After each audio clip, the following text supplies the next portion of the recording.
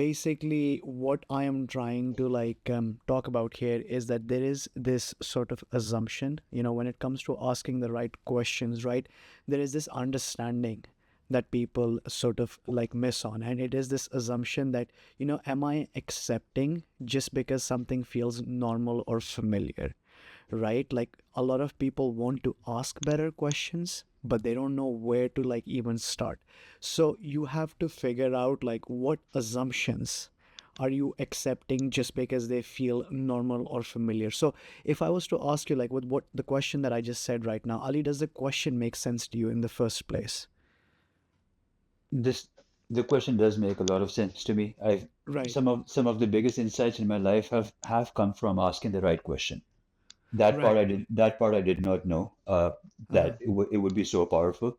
Even Uh-huh. like and uh, and I know you want to continue with your point, but I just want to add one thing that one of the biggest breakthroughs that I remember happened in my life was in a meditative state asking myself the right question, which was who is thinking this thought and who is aware of this thought, right? I Mm-hmm. was because thoughts were racing in my mind when I was meditating, and I was like, bro, who's thinking this? Mm-hmm. I'm not like I'm intentionally not trying to think this. I'm trying to, focus. So Mm-hmm. who's thinking this? Or why am I thinking this? So these who, why, what changed my entire perspective about meditation. And it was just because I asked myself the right I felt that for the first time, I asked Mm-hmm. myself the right question in a meditative state about meditation, and then everything just changed. I was like, Mm-hmm. okay, whoever is thinking or thinking, I can disassociate myself with it right now because it's doing what it's doing.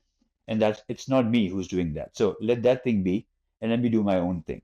And which was go into silence kind of and Right. let those things be. But sorry. Right. Continue. Yeah. So no, it's we'll explore more Mm, of this. Like, mm, and I think it also aligns very beautiful, very like elegantly with what I'm trying to say right now as well. So it's a good add-on. So I said, like what assumptions am I making, right? Like that is something um like when I say what assumptions I'm making, I'm talking specifically in the sense about like, are you operating on knowledge you already have, right? Or are mhm, you asking questions on the knowledge you already have, right? So, like, for example, you must have heard this, like, I'm gonna give you some phrases, mhm. okay? And it and then I'm gonna ask you a question after each phrase, sort of like, okay, well, let me just give you these phrases first. So this is how it's always been done. Have you ever heard of this phrase before? Um, Maybe a good 100 times. Right? Uh-huh. Like it's one of those word like this phrases that you hear. Like it's a very common phrase to hear. Hmm. Okay, so this here's another one. That's how this industry always works, or that's how this industry has always worked. Hmm. Heard that. Right? Hmm. You've heard that. How about this one? People like me don't do that. This one is this one is a little bit uncommon for me, to be honest. Mm-hmm. Uh, Mm-hmm. this one is a little bit uncommon for me. Right. So what But the I am most power, trying, yeah, but let me just say, but the most powerful one for me, the third one yeah, in my mind, even though I haven't uh-huh, heard it much, but uh-huh. this is the most powerful one for me. The people like me don't do that. Okay, so can I ask you, when I say people like me don't do that, have you ever said this to yourself? This has been a very recent thing that I say to myself this because I've been kind of working on this identity switch and identity work on myself, right? So Right. I know that I don't do that. A person like Right. if I'm working out, if my identity is of health or of a healthy person, sorry, then I Mm-hmm. know I don't like example, I don't drink, so I don't do that. I'm not a drinker anymore. I don't do that. Right. I'm not a Right. smoker, so I don't do that. It's not that I'm not doing it today. I don't do that Right. because I'm not that I'm not that person. So sorry. So that's why that the last one just held a lot of weight for me. Right. So it's also like when people would also say like, I don't do public speaking. People like me don't Okay, do you public okay? We can speaking, take it negative right? too. Okay, okay, okay. Right. So like people can also say that. People can also say like, people like what is it called? People like me don't become actors or models, Uh-huh. Mm-hmm. right? So here the idea here is that you make an assumption, Mm-hmm. right? And then you make a sort of a conclusion, or you come out with a conclusion that is not grounded in any reality, that is not grounded in any like evidence based Mm-hmm. reality, right? So in this book, like this is the first principle in the book that this author, his name is Ozan Varol, by the way, and the book is Okay. called Think Like a Rocket Scientist. And Mm-hmm. Ozan Varol himself is actually a rocket scientist. He used Scientist. to be a rocket scientist. Then he became a lawyer, right? He Mm-hmm. decided didn't want to be a rocket scientist. And then he became an author after he became a lawyer. And he's like, I don't want to be a lawyer. I just want to be an author now. Right. And he's become Mm-hmm. really, really famous, really talented person. And he has an amazing way of breaking down things. So in this, like the first, so one of the principles that he talks about, which funny enough is actually called first principles, right? Have you heard of the phrase first principles, Ali? No, I haven't. Right. So first principles is basically when you take some you have whenever you have something in your hand, whether it's a problem or a solution or some project or some endeavor, whatever it may be, Mm-hmm. right? And you are trying to figure something out about it. You are trying to essentially answer a question that you have about it. So what these people argue, so this first principles is actually derived from the thinking of what rocket scientists do when they are working and solving problems, coming up with solutions, asking Mm-hmm. questions, right? And the idea is based on the fact that rocket scientists have a very small margin of error compared to everyone else. Like their Mm-hmm. margin of error has to be zero because lives are at stake, right? You're Mm-hmm. putting people in a rocket and you're sending them to space, like nothing can go wrong because there's Mm-hmm. not a mechanic shop you can just like, yo, just let me stop by a mechanic shop on the moon, like we'll fix it and then we'll go. Like it's not like that. So he says that these people have refined thinking, refined asking questions, refined answering answers in such a way that not only do they effectively communicate what they need to communicate, but they Mm-hmm. also effectively direct their resources and energy in the direction it needs to be at that particular moment, Mm-hmm. right? So you're not like haphazardly like wasting away, limiting yourself, or like even there's this word that a lot of like people love to use when they read this book is like confining yourself to Mm-hmm. like four walls that you have built, right? Mm-hmm. So coming back to the whole first principles concept that is posed in this book, so basically what that means is asking things like what is actually true, what is assumed but never questioned, right? Like So in a way, when you when you question assumptions that everyone treats as yeah, laws, is that gospel, correct? right? Yeah, Okay. exactly. Okay. As everybody treats as laws, right? So like there's an example that is used in the book which I love because it's phrased as a question, Mm-hmm. right? And I will say like this question to me is actually very important because it has helped me understand some of my projects that I have failed hilariously, like Mm-hmm. miserably. Like you could give me an award and I would probably come out like gold medal. So the question that he asks is, if we had to build this from scratch today, what would Mm-hmm. we do? Right? You see how he throws away all the assumptions, all the rules that govern whatever it is that they want to rebuild from scratch. Like Mm-hmm. like we're discovering everything from new. Like Mm-hmm. what would be different, right? Mm-hmm. And I found that before I continue, Ali, Mm-hmm. like this question that I said, so I'll just say it once more. If we Please. had to build this from Mm-hmm. scratch today, what would we do? Mm-hmm. Do you understand what the like what has changed here? I feel everything has changed here. Yeah. But to be honest, and I feel that this thing in life has come into practice in quite some stages of life. in the sense that there have been things that I've approached personally, right? The way it was, the way the norm was, the way, the way it was expected to be approached in that sense. Let me put it this way, right? But maybe it didn't work for me, right? But instead of calling it failure, I think not after reading this book or not after listening to this, but just in general. Maybe the thought was that, hey, what if I approached it differently or from a different angle or thought of it in a new way, not think of it as I've been told to think about it because clearly that didn't work for me. So maybe there's a different way of doing it. Maybe there's a, like uh so yeah, so I feel sometimes we do practice these things, but we don't label it as such. But some people give up on things very, like, hey, Right. I tried it the way it was supposed to be, and it didn't work out. So that means it wasn't, that means it doesn't work. Rather than go like, okay, let me just approach it from a very different angle, from a very different, maybe it's maybe no, maybe you need to think about it this way rather than that way. And when I say this, a lot of ideas about business and entrepreneurship and trading and stocks, a lot of things are coming to my mind right now because it was always like, man, learn and do, instead of now it's like, man, be Right. creative with it, right? So, sorry, I think the core word for me is being creative over here. You're absolutely right. And I think like being creative plays a very big role in asking the right question. Hmm. Because you have to come up with a good question. You have to be creative enough to like explore like in your head the problem, the question, or like, the project in front of you, whatever it may be, right?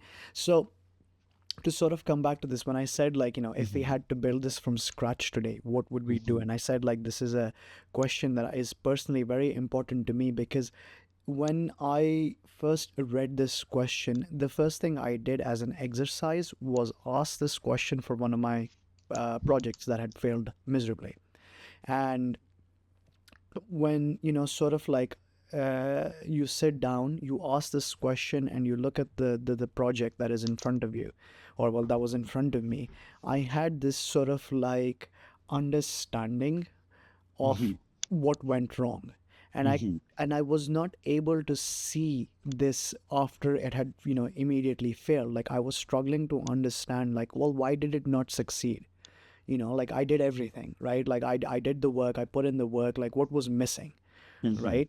And when I tried to strip it back to like ground zero, like okay, if I was to rebuild this, right, like what would I change? And as I started to like look at the vision and see like what I needed to change, I started to see what the problems were, Hmm. right?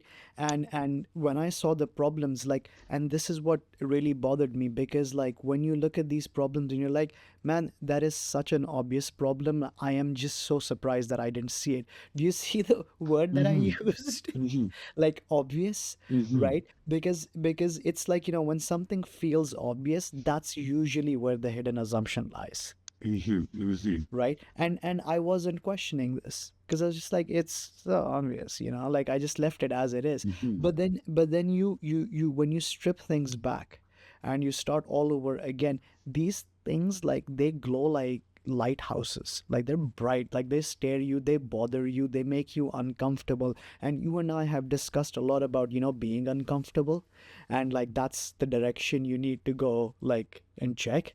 And that's what this was. And so, like, this first principles strategy is an amazing sort of like strategy anyone can, I think people should really really use in their lives, because it really helps you understand what you have inside of your head that you are trying to create, to bring to people. It gives you an insight that really makes you see like, okay, I should be approaching it this way. And man, it makes a world of a difference. And I will just to like close this one, before I close mhm, this one, I will tell you that like the peace and comfort it brings when you have that realization that I should be approaching this problem a certain way, or I should be executing a certain way, or I should be, rather than focusing on this problem, I should be focusing on this other problem because that would like really move this forward. You enjoy the work you put in then, because it actually feels like it is moving something forward. It actually feels like your time has a value, and you are not like wasting it. Like you're making sure that you're getting like the most for your money, essentially, right? And it sort of motivates you to come back the next day, the day after, the week after that, just by asking this one right question. I Mhm. and like maybe I got a little passionate about it, but it is like sort of a revelation, right? Because people are passionate about things and they want to chase their passions, but I think like they don't ask questions about their passion because a passion is a very broad thing, right? Mhm. I know people who say like, well, my passion is painting. There's like thousands of painting styles. Like, what Mhm. kind Mhm. of like, Mhm. Mhm. right? And I think like that's what these kind of tools, like at least this concept that I just stated, helps you, like it helps you narrow down, or it gives you direction when you're kind of lost.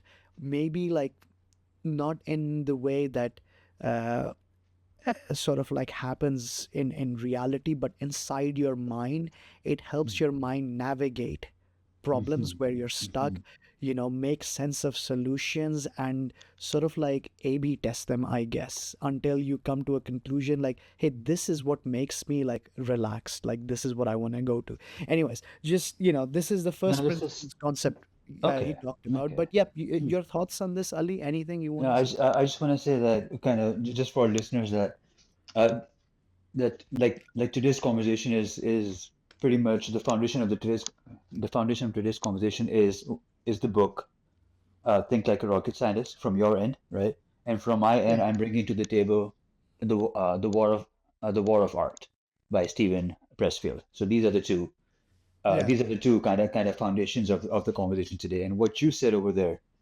yeah, really kind of brings home one of the points that I've been thinking about a lot these days. Not just these days, but since quite some time now. And I think I okay, figured out some of it.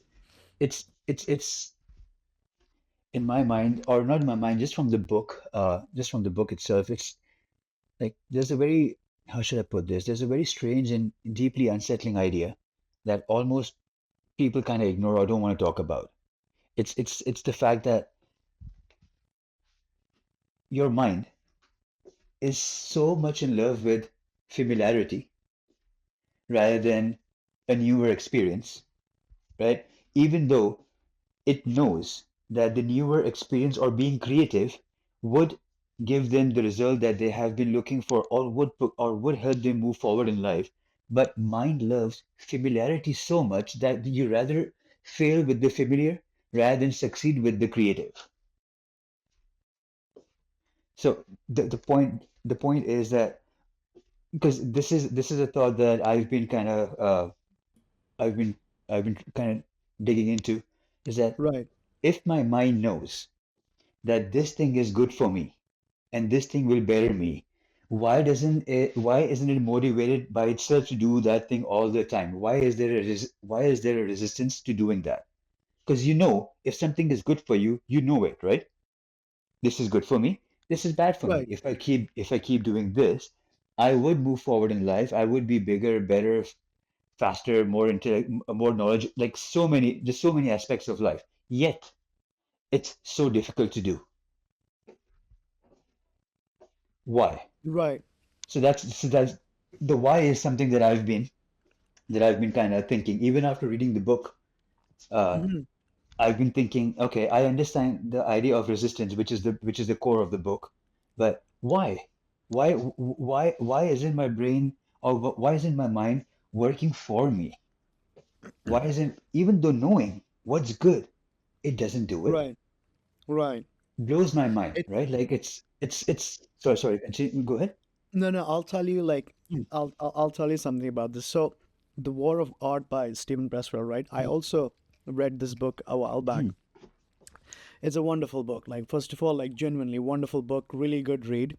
But this question that you asked, right? Like, if you know something is good for you, right? mhm, If you know doing it is gonna improve, like an action, whatever it is, a ritual, whatever it is, if you know, then why mhm, don't you continue doing it?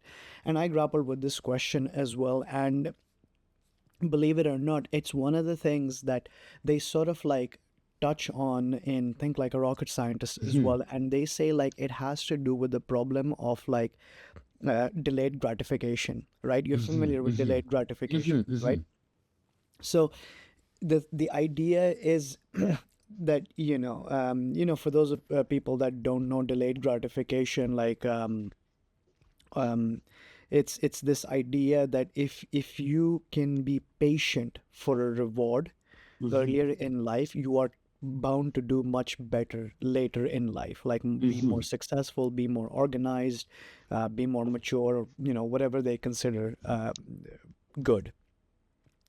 But one of the things with delayed gratification is that they noted in people that, had trouble delaying gratification, they had trouble waiting for rewards, and they had trouble, like, the whole scale of like accomplishing something and getting a reward for it was completely skewed. And they noticed that these are the people that struggled with maintaining motivation to mhm. do something in life that would actually make them better. It's why it's one of the reasons that people who have issues with delayed gratification have difficulties in the gym. Mhm. Like Okay. they Mhm. don't become regular gym goers. And I am sort of like, a living testament to that, because I know I have had issues with delayed gratification. Like, I don't like waiting. Like, if I want to have dessert right now, like, give it to me, right? Like, who are we waiting for, right? Like, I'm asking these questions. And at first it sort of seems funny. At first it sort of seems like, I just enjoy my stuff. But then you later realize that you've cultivated sort of like an attitude, or you've cultivated sort of like a personality that wants things now. It doesn't like to True. wait, True. right? it's Mhm, it's like, mhm. give me now. Like, I want my like dopamine like now. Like, what are we wasting time for, It, right? mhm, mhm. And this thing, Yeah, exactly what you said, the delayed gratification part, just before I forget this point, this really popular experiment, the marshmallow test, yeah, where yeah, yeah, preschoolers are, given a marshmallow and told that if you wait 15, 20 minutes, you're going to get two instead of the one, right? And then they were observed. And yeah, uh, so after the results came out, which were, of course, the people they were just trying to see what tactics they used in order to delay their gratification part, right? So some were singing, some were closing their eyes, some were just kind of distracting themselves with other things. But later, 10, 20, 10, 15 years after that, they were looking at the results again and seeing where those kids who practiced delayed gratification were and the ones who didn't, what were differences in their life, right? There was a bigger success factor for the kids who showed that they could delay their gratification yeah. even at an earlier age. And then to your point, the socio-economic and the parenting part was a big part of it.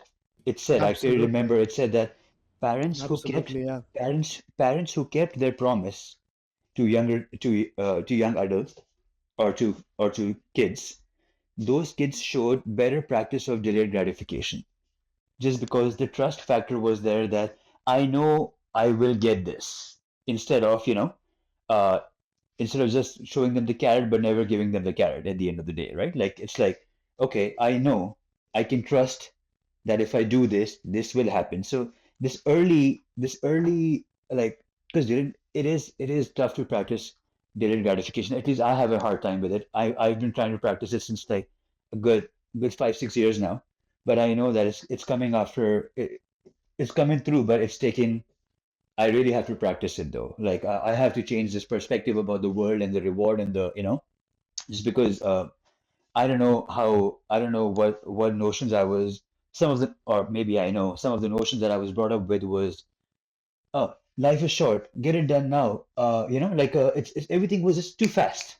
too fast. Like if not now, then when? And maybe it was said in a positive way, but I took it in a different manner. Everything was supposed to happen as soon as I touch it, you know? Oh, I'm going to participate in this. This should be this way, right? I'm gonna participate. I'm gonna take up this sport, and tomorrow I'm gonna be the best in it. And then, of course, getting disappointed, right? Not understanding that everything takes a bit of time, and the longer time that it takes, the bigger the result comes through. And this statement that I just said right now has helped me so much in knowing that, Ali, if it's taking longer, that means more. Like I really think of this as the bamboo tree growth. Uh, if listeners don't know, I think for the first I don't know how many years, the bamboo tree doesn't show any growth. Everything is happening at the root level. And then within months, it goes up 20, 30 feet or something like that, just like that, instantly, right? But all these years, it was, so in my mind, when I think of delayed gratification, that's how I think of it. So even when times are Right. tough, I'm like, Ali, I know what this is. I know what's happening right now. I know what's happening. It's just, you know, it's just getting more power points for the big boost that's coming. So keep at it, bro. Just keep at it. Sorry. So that was my that's how I look at delayed gratification in my life these days. It is a concept I think a lot of people have become familiar with later in Hmm. life, and they've realized that this is something like, I could have worked on earlier in life Hmm. rather Hmm. than Hmm. later, because coming back to like the whole delayed gratification aspect and tying it back to the question, right? Like, well, why don't I do it, Hmm. right? I personally explored this concept quite a lot because I did ask myself questions, like why do I give up on things, right? Like why don't I stick with it, as Hmm. sort of like the term that I want to use, stick with it. And it's the interesting thing about this problem is that the solution to this, what's interesting, Ali, is that the solution to this problem is in looking at a different problem, Okay. right? What I'm trying to explain to you is the problem that you have is that you're asking yourself this question, like, well, why don't I stick with it, right? And you think that is the problem that you're trying to figure out, True, right? true. Like, well, Uh-huh. why don't I Hmm. stick with it? So Hmm. what I'm saying is that your attention needs to be directed at a different problem, which if you solve can put you on track. So this is essentially a concept that they also talk about in the book Think Like a Rocket Scientist. Hmm. And what the author says is, you can reframe the problem, True. Okay. Go ahead. This is right? exciting because this is where I was gonna go with. You can reframe the approach or the problem or what you Yeah. or what you're paying attention to, right? Exactly. And Hmm. and and and and I'll give you an example of like the Hmm. the language shift, and this is an example from the book, Hmm. right? They say it's a very classic example, and I love it because you're gonna like it. So you're probably familiar with that story of like NASA trying to make a pen that writes in space Hmm. Hmm. in zero gravity, and they spent millions and billions of dollars, and they finally came up with a pen, and then the Russians just used a pencil, right? Pencil. Hmm. Like, Hmm. Hmm. right. So the thing with that one is, so the reason why they say this is a classic example is because number one, the Russians actually never used a pencil. They couldn't use a pencil in Hmm. space because the pencil, It like, the gives off pieces the break graphite off. and stuff. Yeah. Hmm. Right. Hmm. Hmm. Right. So he says, like, what NASA actually did was this. They didn't ask how, do we build a better pen that works in space? Like, how do Hmm. we build a pen that works in space? They reframed it to, how do we write in Right. zero Hmm. gravity? Hmm. Hmm. Right. Like, Hmm. you see how they shifted this. Hmm. And I did some like sort of like research behind this. So what I say, like, take with a grain of salt because it's taken from like a bunch of places in the internet. Hmm. But I was very curious, like, when NASA asked this question, like, what changed in the processes, right? Like what, because you I want to understand that now that you've reframed the problem, right? Like, Hmm. do you adjust your approach? Do you adjust your pacing? Like, what do you do next?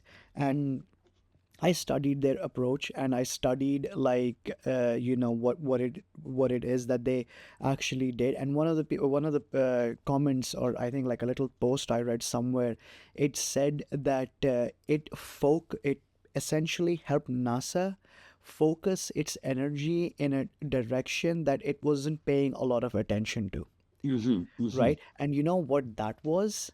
It was like, hey, we're putting people in space, right? And they're gonna be in space for a while. I know we've kept them alive, but are they comfortable? Like they're gonna be there for like a week. Like, will they be able to like, do basic human things? Like, Hmm. will they be able to like, take off their space suits when they're inside the space shuttle? And, Hmm. like comfort and usability. Like, apparently it spawned a series of questions. Hmm. And they found out that, despite doing everything that they'd done, they'd forgotten to completely ask these questions because they just weren't focused on it. They were looking at a different problem. And Hmm. solving these problems helped them solve so many other things in the course of the program. Apparently, like it helped them solve a lot of things along the way that really helped with the space missions and NASA become NASA. That's why they were leaders for so long. Like it helped them.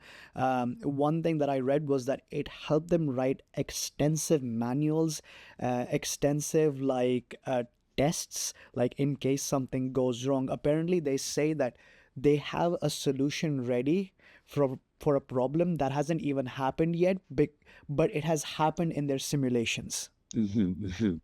Like that's how, like, they this reframing helped them like ask the right questions and then come up with solutions and then be ready with it. So reframing the problem is the one of the things that you can do.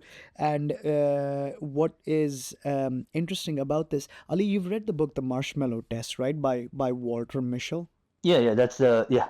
Hmm. Yeah, right. So in the thing that he says about delayed gratification, like Hmm. as you were explaining to me as well, that children were doing things to keep themselves busy, singing, Hmm. tapping, whatever, right, like to distract themselves.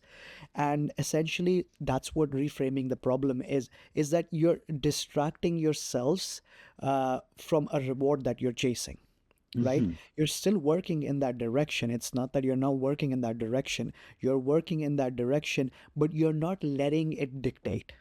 Hmm. Hmm. So you're being satisfied in the moment. The an example, a real life example that some people love to use. Actually, before I give you an example, like I think I should just sort of like get your thoughts on this reframing Hmm. the problem.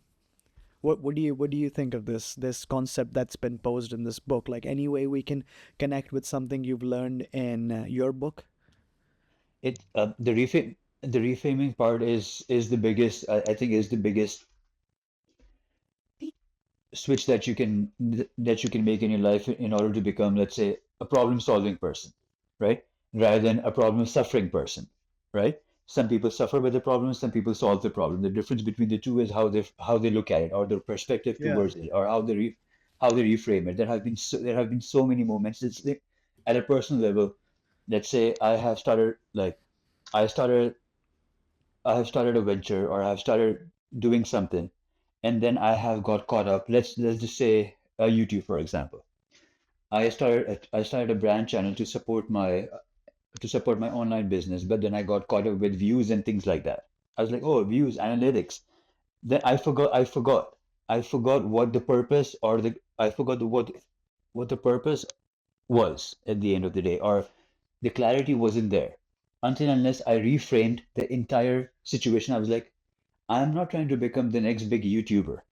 Okay.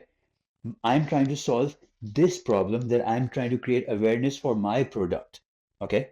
So my thing is not of becoming the next Mr. Beast, or I Show Speed or any of those, because I that's not what I'm trying to do. Because you get caught up, right? You see those things online, you're like, hey, and then I was like, Ali, be clear of what my intention of this thing is. What's the problem that I'm trying to solve? I'm not trying to become the next big entertainer. I'm just trying to put information out there about my product, right? So my approach is different. So my goal is different. So my approach is different. Why am I using their strategy towards, why am I using, why am I learning how to grow watermelons when I want to grow apples, right? So, some things are different, some things are similar, but they are very different at its core, right? So it was just about Right. and it was really just about reframing or seeing it in clarity. We're like, hey, I'm trying to do this, not this, right? So this should be my path, not that. And and the other side of the coin would be that I'm doing something, I feel I'm doing it the right way, right? Till the time I sit back and I look at it, I'm like, why aren't I doing it this way? Why am I doing it that way? Can't I try it this way? Can't I give it that approach or this approach? And this Right. this this concept I've seen like in my life, honestly, I can think of so many examples just because this is how life has been for the last few years, just reframing stuff, knowing that it can be solved, knowing that it can be done. So whichever way I need to look at it, I am open to looking at it just because the objective is to get it done, not to please myself or to please my ego or to please people around me, to get the task that I just to get the task done, right? So whichever way it requires for me to reframe it, I'm open to it till the time it gets the job done. But sometimes I feel when you know, they always say that if you're the only one thinking, you always have a blind spot in things because you're the one who's only thinking about that certain thing. So you Right. might have a blind spot because of your life, your experience, your perspective, your beliefs, and your thoughts, whatever it may be. But sometimes an outsider comes and he's like, hey, why don't you do this instead of this?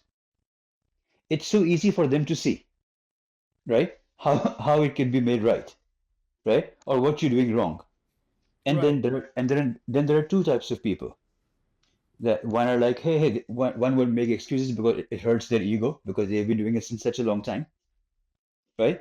They would literally make excuses rather than take the advice and correct course, Mm-hmm. right? And I'm sure you must have come across this kind of Oh situations as yeah. well. And Oh I've yeah, been, man. and honestly, I've been on the other end of it as well. I've been the one who's been, but not these days, not these years, I should say. But initially, yes. This kind of just gives me this conversation thinks makes me think of an example of a very interesting YouTube video of Elon Musk. He is being interviewed by a YouTuber close to his spaceship, and I don't remember it 100%. It's an old video, but if anybody Googles this or searches it, I'm sure they can find this.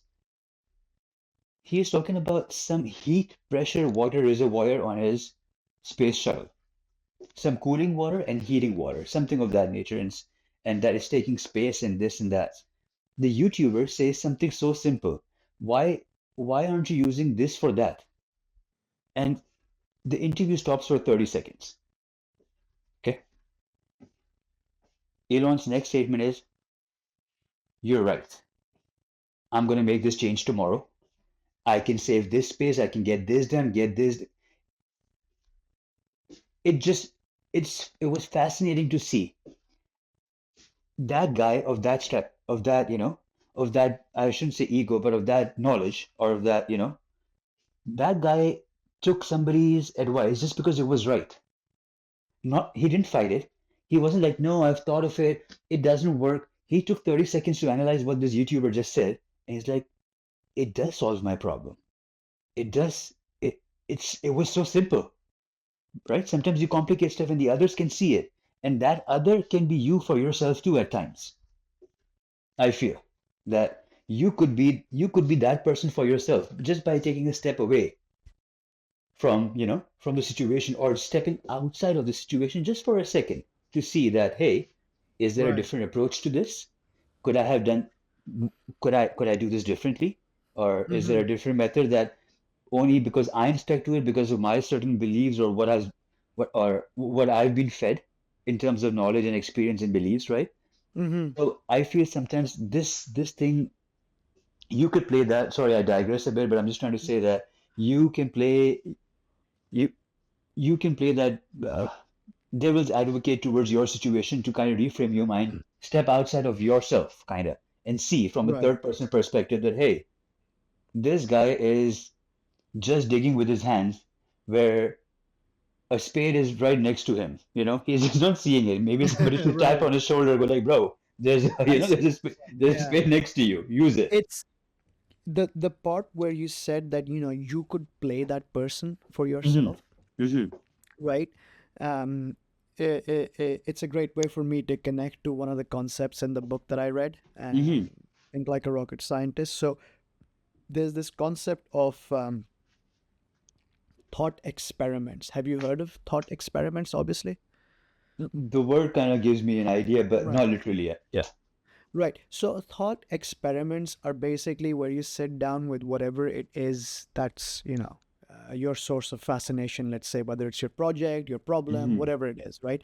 And you sit down and you ask questions like, similar to how you described. So you would ask, like, what would I need to make true for this to work, right? Mm-hmm.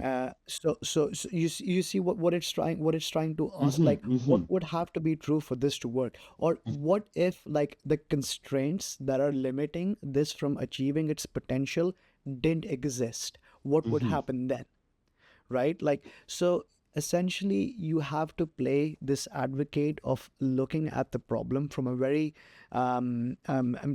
approaching the problem from a very Mm-hmm. different perspective, Mm-hmm. right? And these thought experiments are like where you're sitting with yourself and you're asking like all of these questions and you're trying to remove all of these limitations. And I've practiced this a lot, so I think like I can better explain it if I give an example from, Mm-hmm. one of my things. So Ali, like, lately I'm sure you've been seeing my little YouTube shorts that I've been posting regarding my digress, the social platform, Mm-hmm. right? So I know I mentioned a few times that I've struggled with it like a lot, Mm-hmm.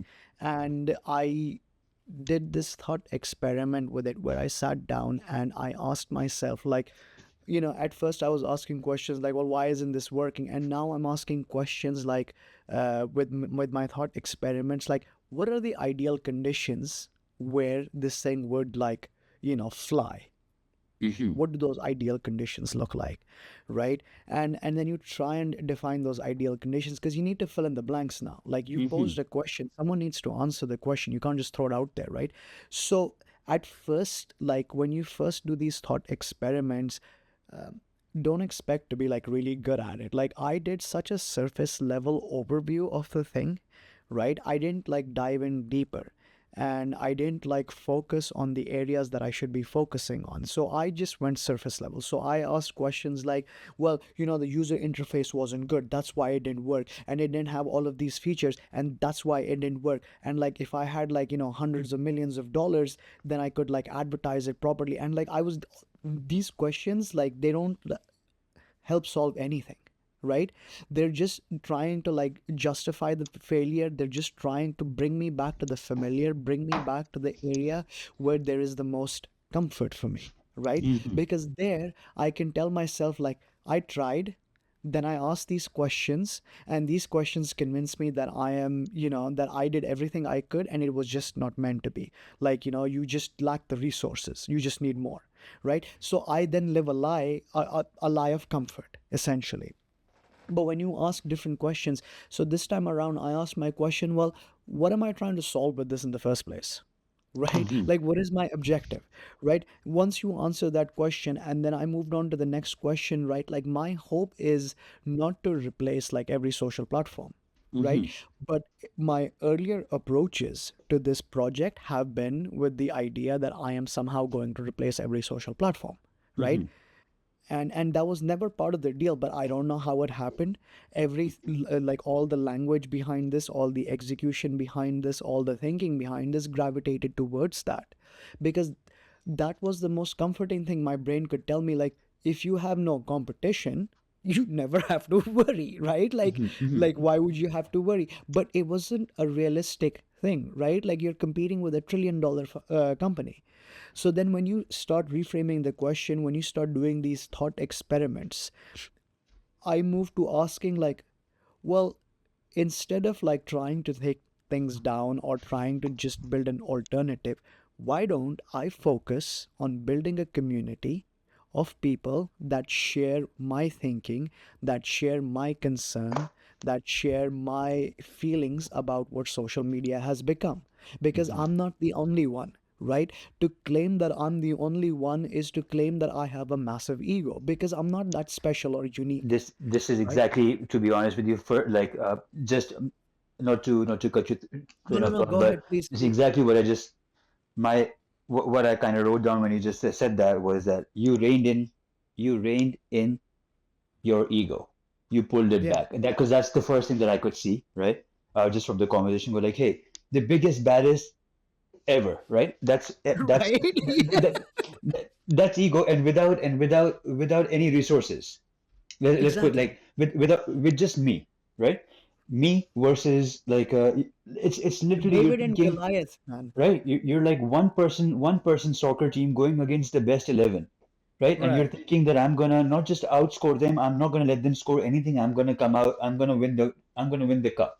It like And they will what word? regret. Like, So it's and honestly, this thing is crazy that the first thought, like usually the first thought is this, but I would imagine not now. Things have changed now, right? But if you were to ask me 5, 6 years ago or so, this was always the thought, right? Go like, okay, uh, it's I'm gonna enter, and we do go back to this with trading in stocks and stuff like that. We always thought, I enter, it's done. I'm going to be the biggest, baddest, and I'm going to get it done. Not understanding all the things that come with it, the limitations, the expectations, and the beliefs, and the person that you are, your ego. And then, of course, you learn with time, right? So, with this project, the first thing I was like, man, this guy really had an ego when he started, thinking that he's going to be uh, the next big thing, right? Of course, and I'm sure if you want to, you will get there, right? But the fact of the matter is, and this is not just your ego, bro. I feel sometimes media also does that to us, right? Before Mark Zuckerberg, example, gets interviewed about how he made it, and he tells you the truth, all the sufferings, all the deceptions, all the emotional things, all the failures that he went through before everything clicked, right? You hear from him, you start understanding right. what the picture looked like. But Yeah. before his interview, how does the media portray it, right? As if it happened at a Like instant. instant, as if it happened instant, right? Because they want news, they want the headlines, they want you to, this is what they're trying to do, right? So our ego gets also affected or inflated or poisoned by this, by this kind of media as well, that as if it happened overnight, bro. Nothing. It's because they create this unrealistic sort of like perception. Hmm. They sort of like give you this unrealistic perception that you too can do it. Because they really like with Mark Zuckerberg, like they really put a lot of emphasis on like how he started so young and how he became one of the youngest billionaires. Like everything is to do with speed with him, right? Hmm. Hmm. But like I have found that he is just an exception to the case. Hmm. Like that's really what it is. He's just like, I'm not saying that he's not hardworking. I'm sure he is, but he is just an exception to the case in my books. But Ali, coming back to this, like I was thinking about your Hmm. book as well, and how this thought experiment sort of like would tie to like what Steven Pressfield talks about in about Hmm. creative blocks, right? Like he has a whole thing about creative blocks and where he Hmm. says that, like don't wait for inspiration to strike, like get inspired while working, right? and like uh, and connecting with what you said, and to the point, connecting to what you said previously and to the point that you mentioned right now, he really talks about rationalizing. You said, right, that hey, it was Yeah. because of this, it was because of that, it was never because of this. You keep rationalizing stuff. It's like I reading the book, the one thing, and towards the end of the book, he says something that really, really, like, really sat with me for quite some time. And the statement is that the biggest fear or resistance is not that of failure, poverty, or death. Instead, it is the fear that you will succeed. And that really made me start thinking about, you know, things that I was like, okay, what does that even mean, bro? Like, it's such a new way of looking. I know I want to succeed, right? But then, and this goes back to the first point that I was saying, that the mind knows that I need to do this in order to succeed, yet it doesn't do it. It knows that once you're successful, everything's going to be so much bigger, better, this, that, yet it does not pursue or become consistent with it. So, in that point, I understood that the mind is a control freak. It does not like unpredictability, right? Because like, if you think of it, what is mind or brain doing 24/7? What is it doing 24 hours of the day? It's making sure you walk properly, you don't fall, Yeah. right? It's in Constantly doing something. Yeah. constantly it's in a constantly self correction mode, right? Constantly keeping equilibrium. Okay, constantly. Its key, its goal is to keep the equilibrium, right? And you are trying to go beyond the equilibrium. You're trying to go at the end of the other spectrum, but it wants equilibrium. Whether it's an I don't know if it's a digression, but one thing, another statement, it's not from the book, but it's from some other text that I was reading, was that a person will rather experience a familiar pain than try a new thing out. A person is happier going through a familiar pain rather than trying a new thing out. Hmm. That's how restrictive or uh, that's how restrictive their brain is to change or to bigger, better ideas. It knows. It blows my mind. It knows, bro, that this is the way to do, or this is the way to go about, but it rationalizes, right? Oh, you don't have this, you don't have that. That's why it didn't happen. That's like it's there's this it makes me think of, of this YouTuber, bro. There's this person who, you know how uh like the cooking channels, right? You know how saturated they are, right? The cooking shows and the cooking channels, and everybody has like the best cameras and the best kitchens and the Yeah. best setups and the best utensils and the best, like the best of Super everything in order crowded. to, Yeah. right? Super, super crowded. Bro, yet I have seen channels, right, where I don't know how to phrase this without like that the kitchens are not the best, bro. These are like lower income kitchens, lower income people's kitchens. I don't know, sorry, how better to word it. But these are like very basic kitchens, okay? Very basic burners. No brand name utensils, no brand name pans. No no camera angles, nothing, just a camera, a person, and cooking. Yet they have millions and millions and millions of views. They might be in the top five as well or top 10 as well. And there in the top 10 there are three, four channels that are not from the big from the big money cooking shows. And that made me think. I was like, okay, every other person might look at the big channels and why their cooking show is not working and just go like, okay, because I don't have the lighting. My kitchen is not so fabulous, right? My pans are not that good, or my voice, or my this, that. So many factors, they will rationalize so many ways. Yet there are people who have nothing, that are just being authentic, and things are kicking in. So, so what excuse do you have now, right? What excuse do you have now? Right. It says the biggest thing that we do to ourselves are we rationalize things, right? Right. So fear is what, like, fear of, so going back to the part that I said, that we fear success. Anybody would tell me, go like, Ali, what do you mean? Man, I'm chasing success. I'm not feeling success, right? But you are just chasing the idea of success. You're not chasing success, bro. You know what success is? Success is consistency, discipline, letting go of the people that are close to you now. People will question you, they will hate you, they will backbite you, they will not you will belong to you will lose friends, you will lose family members, you will become isolated, you will, and once you've showed up now you cannot go back. There's so many Right. things that come with success, but people are comfortable people are comfortable being an idea of somebody else's that, hey, I at least I tried, I failed. They're okay with that rather than saying that I am going to be this guy. I don't mind if I lose friends because that will happen. Because that will happen. I'm telling you, that will happen.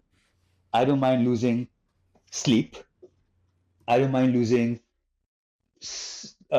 like honestly, a little bit of workout sessions or healthy eating, just because it's hard to find balance, right? When you're looking for that success, especially in the early stages, like you lose so much, and you lose your bro. Let me just put in one sentence. You lose your old self. The mind never wants to lose itself. It never wants I like to, that. Yeah, right? you lose It your old never self. it never ever wants it. It wants to be, it's in love with the old self because it knows everything about it. It's in love That's with where it, it's bro. most comfortable, right? Right? And this word that you just said, the comfortable, I have a I have a new feeling about this, bro. And this is something that I've learned very recently because it's a personal story. I'm not going to name names, but I've seen this to a very close person of mine, that I used to think that just because it's not comfortable for them, or just because they're too comfortable doing it, okay? But the fact of the matter was, Numan, I saw that they were not, that whatever actions they were doing, they were not comfortable doing it. Yet they were doing it every day because they were doing it in discomfort. I could see that they were doing it in discomfort, but yet they were doing it every day. And then when I read the statement that mind is not looking for comfort, mind is looking for the familiar, that changed my perspective. I was like, even though this person is uncomfortable doing it, but the feeling or the pain is familiar, yet he is okay doing it. It's not the comfort because he's clearly uncomfortable, bro. If you like if you if you want a better, like, if your mattress is hurting you, right, and you're still sleeping on it, you're uncomfortable, but you're sleeping on it, right? Because for Right. you to get a new mattress, you have to go work harder, bigger, better, spend money. Especially if you're of the miser mindset, right? You're like, oh man, you know what? I'll bear this pain, even though it's uncomfortable. I'm gonna bear this pain because I know this, man. I'm familiar with this pain, right? So it's so sorry, I say it with a little bit of a higher tone here, or I know my voice goes up, but just because it's bizarre, bro, that mind would let you suffer with the familiar rather than go do a newer thing that would change stuff. That's how much it is in love with your old self or with yourself. It's there is certainty in the familiar, right? Like True, true. there are guarantees there. Like Hmm. it's like, when you come home after a long day of work or long day of doing something, when you open the door, you know what to expect, right? You know where the kitchen is, you know where the shoes go, you know where the clothes go. Like it's like being on autopilot, right? Like you're not actively thinking about it. Hmm. You're just operating. And it's one of, like, this whole concept of certainty and uncertainty, right? One of the things that I have explored about uncertainty is that people do not know how to question uncertainty, right? Like when presented with uncertainty, it immediately evokes emotions of fear and repulsion.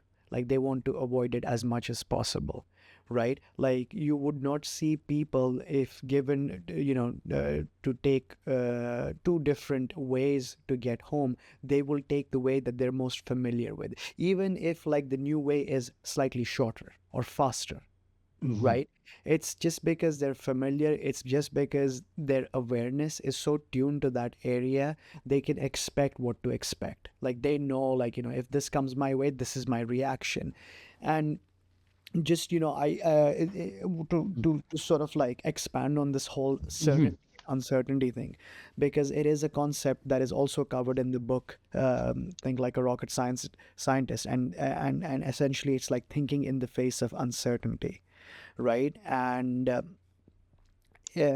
I find that when you are in a position in life where you want to do something new, something bold, something Hmm. adventurous, something that you would not something that you would not consider as part of your identity, right? Like if someone said to me, like, and Ali, I'm just using this as an example, right, Uh-huh. just to drive the point home, Uh-huh. because I know right now that it's not true, is that, Ali is going skydiving every Mhm, day, mhm. right? Like, would you believe that about yourself right now? No. Right? Because like, you see how you immediately you dismissed it, right? Like, Mhm, you didn't even like take a second. mhm, But mhm, it's this because it presents a question. There's so much uncertainty in there. You don't know what, that even mhm, involves. You mhm, don't know like what the risks are. You don't know like what you need to learn. Like, you don't know what you don't know. Like, mhm, that's really what it is. And thinking in the face of uncertainty. So in the book, the author argues that when it comes to acting, when it comes to executing, doing something, what people want in the majority is they want certainty, certainty. I agree. I agree. right? Mhm, They want certainty. Like, no one like blind fires, mhm, right? The only that like the only time you would see that happen, which is funny because there's actually an example that's used. I think it's no, well, not in the book, like, but an example that I read is gamblers, right? mhm, Like, you're on a losing streak long enough, like, you start firing randomly because now you don't care. The uncertain has so become so familiar that you're just like, mhm, I know this pain now. mhm, But mhm, anyway, as the author argues that most people want certainty before acting, right? Like, what the author says is that if you're thinking from the perspective of a rocket scientist, mhm, certainty is a luxury that they never have. Like, it's not something that arrives, right? They cannot be certain about everything that they do. If a problem happens mid mission in space, right? And I'm just trying to explain this example, mhm, like this concept to you. If a problem happens mid mission in space, the scientists can't really replicate that on their simulators in Earth 1 is to 1. They have to, like, make the best possible guess, execute the best possible solution, and then hope that it works, because mhm, there is no certainty that, what they're going to execute is going to work. So knowing this, what the author argues is that the scientists, they came up with like a series of exercises to help you come closer to that certainty area, so to speak, to a point where, like, when you execute, you can tell yourself, like, this is as certain as I could have gotten mhm, in the time that I had. And so what they say is, whenever it is something that you're trying to do that does not conform with your identity, start by running a small experiment first, mhm, right? Like, you want to start like firing in random directions, very, very like small fires here and there, right? Like, I know that there are people who love the idea of working for themselves. They don't want to work for a company. They don't want to be employed. They want to be their own employer. They want to be their own employee, whatever it is that they want to be. And most people, like, I don't know, Ali, if you've made this mistake, but I have made this mistake where, like, the first time I decided, what, I'm gonna make my own money, screw everybody, I got this, bro. Like, watch, like, Naman's coming into the market, like, this is over, like, next mhm, Amazon, like Jeff mhm, Bezos, like, move over. And then you go to the market, you didn't test your product, you don't know what the demand for your product is, you don't know, like, what the market product fit is, you just blind fired, right? mhm, And you just hoped that it worked. Like, you went into uncertainty, filled with blind passion mhm, and blind motivation, and mhm, you were, and that source of that motivation was the discomfort of everyday life. mhm, And you weren't like trying to upgrade yourself to a new life when like, in my case, I wasn't trying to upgrade myself to a new life with the way I executed. I was just running away from the discomfort, mhm, mhm, and I was trying to do it as fast as possible because I didn't want to go there. Because the idea of waking up at 6 a.m. every day just to get ready and go to work, I hated it so much that I was like, yo man, I know so much marketing, I can make anything succeed, and I just went mhm, in blind because I just wanted to get out. So thinking in the face of uncertainty would say like, well, should have run small experiments while you still had a job, right? Get some feedback, get some feedback from your customers, get some feedback from the people that like you're trying to help, or from the market, the sector that you're targeting. And one important takeaway that uncertainty teaches you is that you have to constantly iterate, right? Like when you're trying to operate towards in a direction of like uncertainty, you have to constantly like iterate, otherwise you are stagnant and you're just like in that same position, hoping to move forward. And I have been in this position where like I've launched a project, and I'm extremely uncertain about it. I don't know much about the market, I don't have a lot of preparation, don't have a lot of resources, don't even know what I am doing. But I whatever the source of my motivation was at that time, whether it was the discomfort that I was trying to avoid, or like my belief, partly my belief in that maybe I can make this work, or ego, um, my approach was just nonsense. It didn't fit anywhere, and I didn't even understand it. Like I didn't know what I was doing. I didn't know like what am I trying to like achieve here. Like I'm just running away and telling myself that this is what I do now, that this is my new identity, and that identity has no basis, no foundation. No one knows that identity, no one associates me with that identity, but I'm going around claiming it. I never even presented that identity previously. And I learned this by looking at uncertainty and then asking questions about this. And it's what spawned this whole shift into creating a YouTube channel and putting my face on YouTube and talking about things that bother me, talking about things that, yeah, that like I feel like we should pay attention to. And what happened was that my identity that I was trying to move towards, the identity that I wanted to be, that I started to feel more aligned with, I found it easy to accept that. I found it easy to present that identity in public. Like, I don't have to restrict my thinking, I don't have to restrict my thoughts. I can just go ahead and be the person that I've envisioned in my head. But that only happened when I looked at uncertainty and I started questioning and thinking about it, rather than avoiding it, rather than fearing it, rather than, and this is a very important word, Ali, waiting to feel ready. Mm-hmm. Mm-hmm. Right? Like I decided, like, can't like, what is ready, right? Like a lot of people say I'm not ready yet, and I always ask like, well, what is ready to you? Right? Like if you want to do something different, like if I was to ask you, Ali, like, let's, if I was to take your example of signature blends, right? I Mm-hmm. think like Mm-hmm. it's something we can discuss on for like a couple of minutes. Mm-hmm. Did you ever have this phase when you were building signature, or before you built signature blends, where you question that, am I the person for this?